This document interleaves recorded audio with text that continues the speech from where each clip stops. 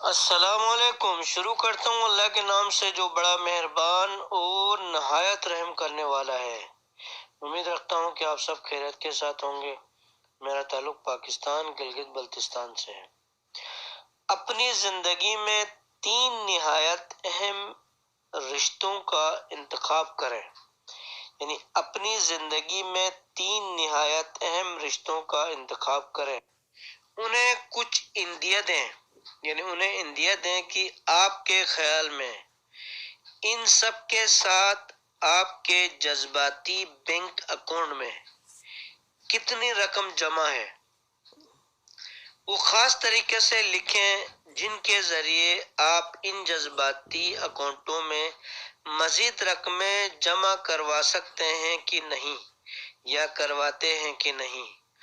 پہلے دوسروں کو سمجھیں، جو anybody front of you available anytime۔ پہلے آپ ان کو سمجھیں، پھر آپ ان کو سمجھانے کی کوشش کریں۔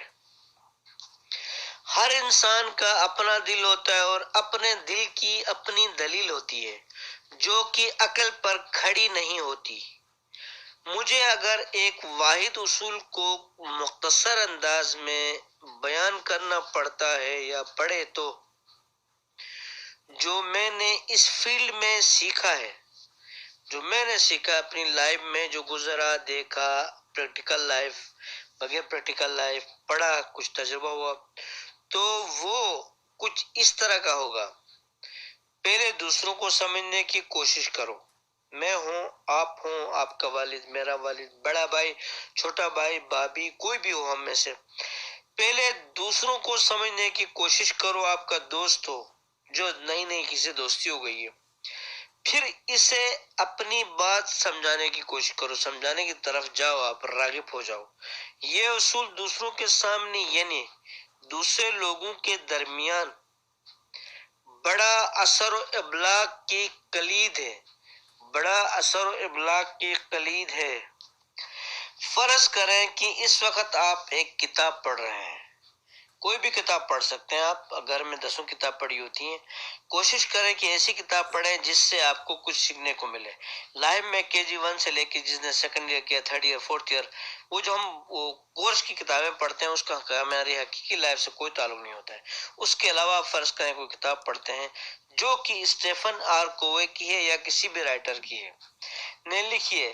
لکھتا ہے اور پڑھنا دونوں ابلاغ کی قسمیں ہیں۔ لکھنا اور پڑھنا دونوں ابلاغ کی الگ الگ قسمیں ہیں۔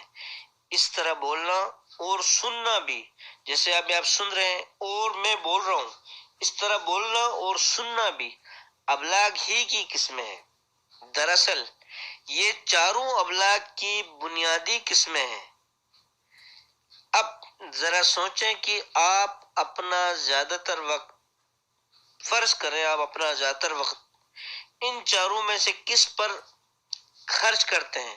آپ اپنا وقت کہاں گزارتے ہیں؟ کیسے لوگوں کے ساتھ گزارتے ہیں؟ کیسے دوستوں کے ساتھ گزارتے ہیں؟ ٹھیک ہے، ان سب کو بہتر طریقے سے کرنا آپ کی اکثریت کے لیے نہایت ہی اہم ہے۔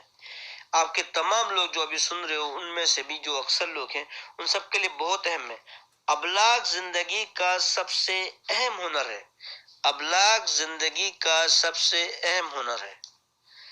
دیکھیں جی، جاگنے کے دوران ہم زیادہ تر وقت ابلاغ کر رہے ہوتے ہیں، لیکن ذرا اس کے بارے میں سوچیں۔ آپ نے لکھنا اور پڑھنے پر کئی برس لگا دیے کہ یہ بچے جو اسٹارٹ میں ہم بچے کو پڑھانا شروع کرتے ہیں، کتنے سال لگتے ہیں اس کا اپنا الف ب ٹھیک کرنے میں، کرتے کرتے کرتے کرتے وہ اچھا ہو جاتا ہے، لکھنا اچھا کر دیتا ہے۔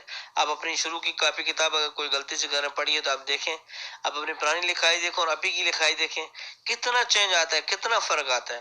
وہ بولنا سیکھنے کے لیے بھی ہم کئی سال لگا لیتے ہیں۔ بچہ پہلے 1 سال تو سنتا ہے، 1.5-2 سال، کوئی بچے 2 سال میں بات کرتے ہیں، کوئی 1.5 سال میں، کوئی 3 سال میں، اتنے عرصے میں وہ سنتا ہے۔ اور بولنا اور سیکھنے پر بھی ہم کئی سال لگا لیتے ہیں، آپ ہم کوئی بھی۔ لیکن سننے کے بارے میں کیا خیال ہے؟ کبھی کسی نے سوچا کہ سامنے والے کے سننے کے بارے میں بھی ہم نے کبھی اسٹڈی کی ہے کہ سامنے والا جو بول رہا ہوتا ہے اس کو سنیں، صحیح کر کے سمجھیں، پھر اس کے بعد کوئی جواب دیں۔ اس کے لیے کیا آپ نے کبھی سوچا ہے کہ اس کے لیے کچھ تربیت حاصل کی جائے؟ جیسے آپ نے لکھنے کے لیے محنت کی، کئی سال لگائے، بولنے کے لیے کئی سال لگائے، زبان سیکھنے کے لیے کئی سال لگائے، کیا آپ نے سوچا ہے کہ اس کے لیے بھی کوئی تربیت حاصل کریں اور تعلیم حاصل کی جائے تاکہ دوسروں کو بغور سننے کی ہمت آپ کے اندر پیدا ہو؟ ہم بولے جاتے ہیں، سامنے والے کو سننے کے بارے میں کبھی سوچا نہیں ہوتا ہم نے، ٹھیک ہے جی، اور گہرے طور پر دوسرے انسان کو اس کے مطابق سمجھیں۔ سامنے والا انسان جس طرح چاہتا ہے ہم اس کو اسی کے مطابق سمجھیں گے، تبھی سامنے والے کا انٹرسٹ آپ پہ بڑھے گا، نہیں تو نہیں۔ ہم لوگوں کو سننے کی باقاعدہ ٹریننگ حاصل ہوتی ہے، حاصل کرنی چاہیے، کسی کسی کو حاصل ہوتی ہے۔ اس ٹریننگ کا زیادہ حصہ بھی شخصی اخلاقیات کی تکنیک کے مطابق ہوتا ہے، اور یہ کردار اور تعلقات کی بنیاد سے بالکل کٹا ہوتا ہے۔ یہ جو سیکھتا ہے انسان، یہ کردار اور تعلقات کی بنیاد سے بالکل الگ ہوتا ہے، کٹا ہوتا ہے۔ یہ بنیادیں دوسرے شخص کو مکمل اور صحیح طور پر سمجھنے کے لیے ہم سب کے لیے انتہائی ضروری ہوتی ہیں۔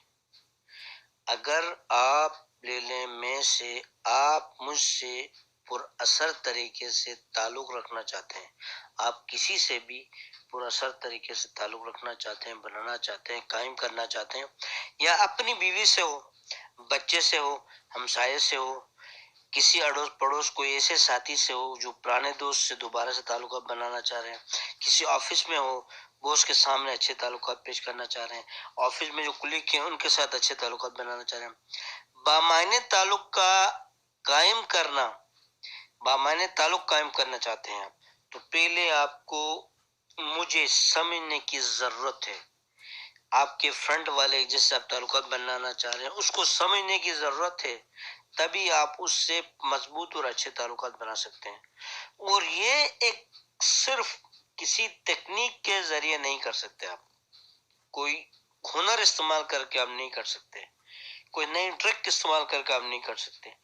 اگر مجھے معلوم ہو جائے کہ آپ تکنیک چالاکی کرنے کی کوشش کر رہے ہیں، کچھ بتا رہے ہیں، کچھ چھپا رہے ہیں، عقل مند بننے کی کوشش کر رہے ہیں، آپ تکنیک استعمال کر رہے ہیں، پھر سمجھیں کہ پھر مجھے آپ سے دگلے پن اور دھوکے کی بو آئے گی۔